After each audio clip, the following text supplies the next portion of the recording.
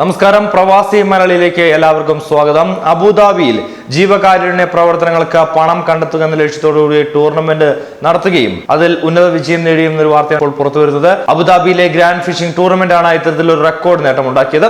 തലസ്ഥാന നഗരിയിൽ അയക്കൂറ അതായത് കിങ് ഫിഷ് പിന്നെ കോമ്പിയ അതായത് ബ്ലാക്ക് കിങ് ഫിഷ് മത്സ്യങ്ങൾ റെക്കോർഡ് വിലയ്ക്കാണ് വിറ്റഴിച്ചത്. അയക്കൂറയ്ക്ക് 2 ലക്ഷം ദിർഹം അതായത് 39 ലക്ഷത്തോളം രൂപ വരെ ലഭിച്ചു. അയക്കൂറ, കോബിയ എന്നിവ പിടിക്കുന്നതിലായിരുന്നു ടൂർണമെന്റ്. പിടികൂടിയ ഭീമൻ അയക്കൂറ ടൂർണമെന്റിലെ അവസാന വേളയിൽ നടത്തിയ ലേലത്തിൽ 2 ലക്ഷം ദിർഹത്തിനാണ് വിറ്റഴിച്ചത്. ഹംദാൻ അബ്ദുള്ള അൽ ഉബൈദ് ലി എന്നയാളാണ് അയക്കൂറ വേട്ടയിൽ വിജയായത്. 30.8 കിലോഗ്രാമാണ് മത്സ്യത്തിന്റെ ഭാരം.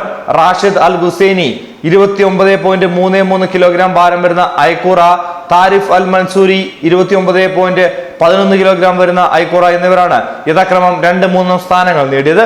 കോമ്പി വിഭാഗത്തിലാകട്ടെ മുഹമ്മദ് അബ്ദുള്ള അൽ മൻസൂഗി 29.40 കിലോഗ്രാം വരുന്ന മീൻ പിടിച്ച് വിജയിയാവുകയും ചെയ്തു.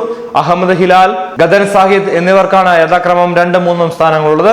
ലഭിച്ച മൊത്തം മത്സ്യം ലേലത്തിൽ വിറ്റഴിച്ചതോടുകൂടി ആകെ 6 ലക്ഷത്തോളം ദിർഹം ലഭിക്കുകയും ചെയ്തു. ഈ തുക പിന്നീട് എമിറേറ്റ് റെഡ് ക്രസന്റിന് കൈമാറുകയും ചെയ്തു. എമിറേറ്റ് റെഡ് ക്രസന്റ് മലയാളികൾക്ക് ഏറെ പരിചിതമായ ഒരു സ്ഥാപനമാണ്. പ്രളയക്കെടുതിയിൽ വീട് നഷ്ടപ്പെട്ടവർക്ക് വീട് നിർമ്മാണത്തിന് സഹായം നൽകുമെന്നാണ് മുഖ്യമന്ത്രി പിണറായി വിജയനോട് എമിറേറ്റ്സ് റെഡ് ക്രസന്റ് ഉറപ്പു നൽകിയത്.